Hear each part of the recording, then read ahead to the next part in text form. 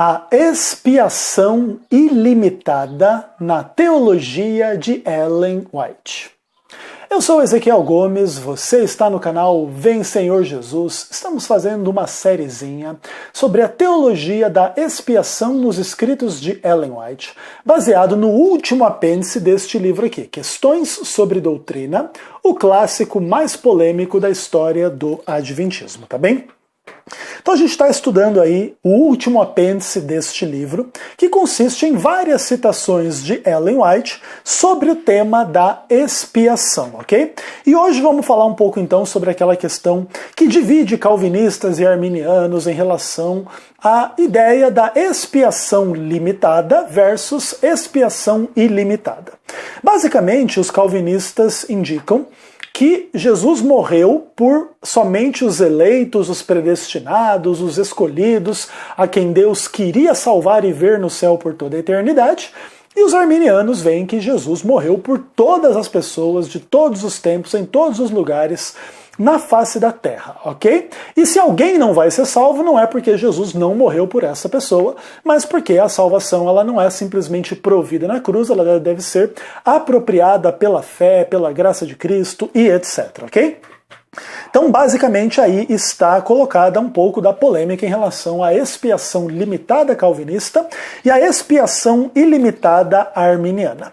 Ellen White, como boa arminiana, está do lado dos arminianos desta questão sobre a abrangência da expiação que Jesus realizou na cruz do Calvário, e a Ellen White escreve assim: a expiação de Cristo abrange toda a família humana. Ninguém, alto ou baixo, rico ou pobre, livre ou escravo, foi excluído do plano da redenção. Então, quando Jesus morre, ele morre por toda a família humana, independentemente de quem seja, qual característica tenha, esta pessoa e todas as pessoas, sem exceção, estão incluídas no plano da redenção, pela expiação que Jesus realizou na cruz do Calvário. Outra citação de Ellen White, ela diz assim: Cristo sofreu fora das portas de Jerusalém, pois o Calvário estava fora dos muros da cidade. Isso foi para mostrar que ele morreu não pelos hebreus apenas, mas por toda a humanidade.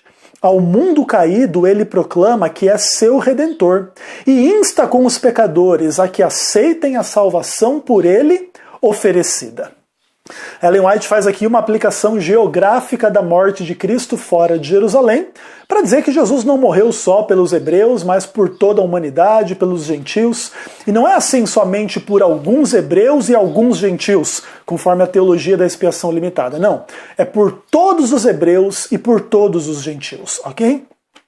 Que mais? Ellen White escreve assim: como o sumo sacerdote aspergia o sangue ainda quente sobre o propiciatório, enquanto a fragrante nuvem de incenso ascendia a Deus, assim, enquanto confessamos os pecados e alegamos a eficácia do sangue expiatório de Cristo, devem nossas orações subir ao céu, fragrantes, com os méritos do caráter do nosso Salvador. Não obstante nossa indignidade, devemos lembrar-nos de que existe um que pode remover o pecado e que está disposto e mesmo ansioso para salvar o pecador. Com seu próprio sangue pagou a punição por todos os malfeitores. Então Ellen White ela vai descrevendo o ritual do santuário. E aí o sacerdote matava o cordeiro, trazia o sangue para dentro do santuário, e ali estava a fumaça do incenso subindo diante do incensário, e ali ele aspergia o sangue no véu. Então, enquanto isso acontecia, isso simbolizava toda a vida de oração que a gente deve ter em relação aí à ideia da expiação de Cristo. Então, Jesus morreu por nós, enquanto a gente ora, a gente clama: Pai, perdoa o meu pecado, eu menti, eu roubei, eu pequei sexualmente, eu fiz o que não deveria fazer, não fiz o que deveria fazer, em nome de Jesus, Senhor, me perdoe. E nesta forma de abordar a Deus está implícita a ideia de que vocês, e explícita também, né? A ideia de que você entende que Jesus morreu por você para te perdoar, para te transformar, para você não ser condenado.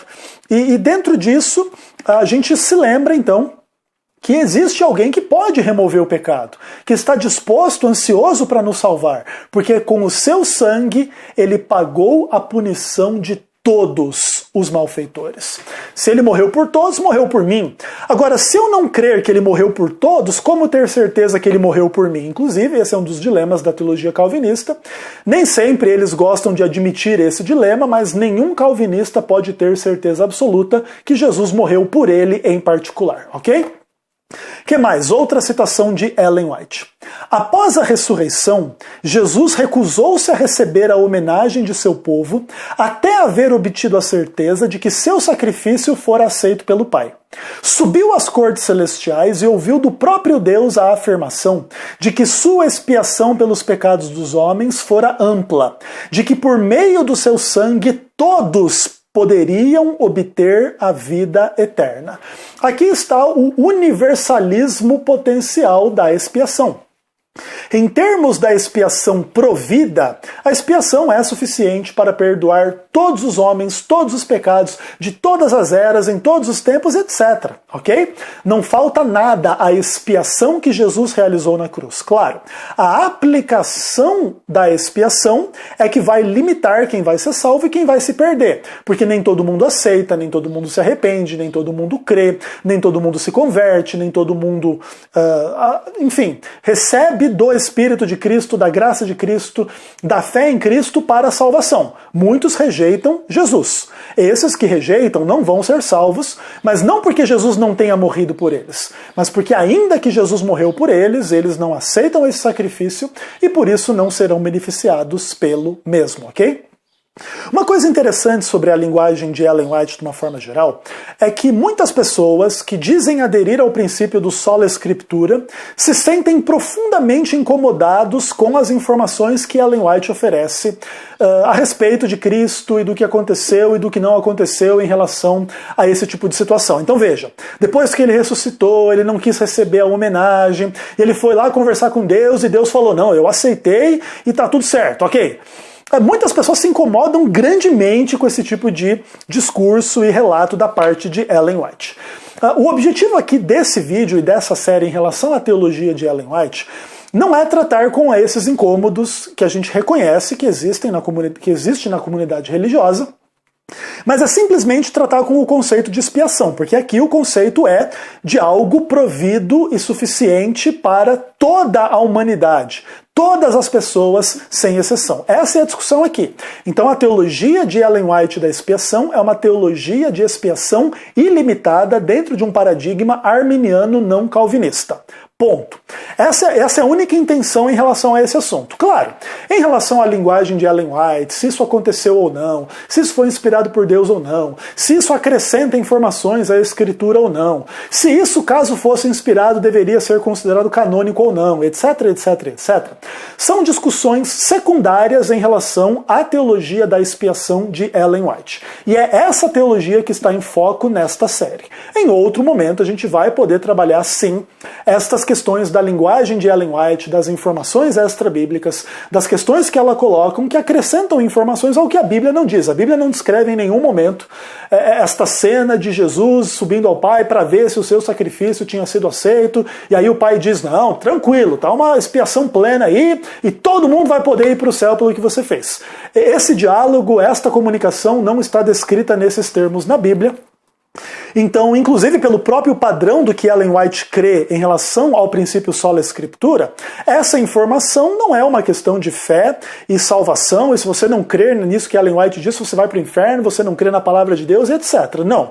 Ellen White não se coloca no nível canônico, no nível da Escritura, e ela não pede adesão ao que ela acreditou para que você seja salvo, tal qual a Bíblia é suficiente para a sua salvação, se você nela crer como palavra de Deus. E aí está implícito e explícito na teologia de Ellen White e da Igreja Adventista do Sétimo Dia a ideia da sola Escritura, só a Bíblia é regra de fé, prática e doutrina, ok? Entretanto, A posição adventista é que a Bíblia descreve os dons espirituais, o dom de profecia está entre eles, e se Deus quiser revelar verdades aos seus profetas, em qualquer momento da história, em qualquer circunstância que for, pelo qual objetivo ele achar melhor, ele pode fazê-lo. E a Igreja Adventista do Sétimo Dia crê que ele o fez com Ellen White. Mas a crença em Ellen White não é ponto de salvação para ninguém, e ela também enfatizou claramente que você deve seguir a Bíblia e não a ela, e não a Igreja Adventista, e etc, ok?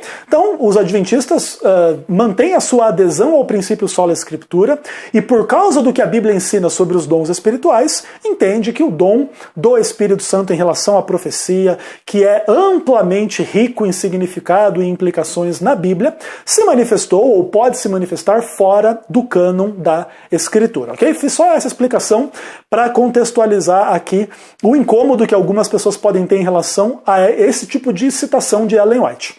Mas, nesse momento, em relação à teologia da expiação, basta reconhecer que a teologia de Ellen White é de expiação ilimitada no paradigma arminiano.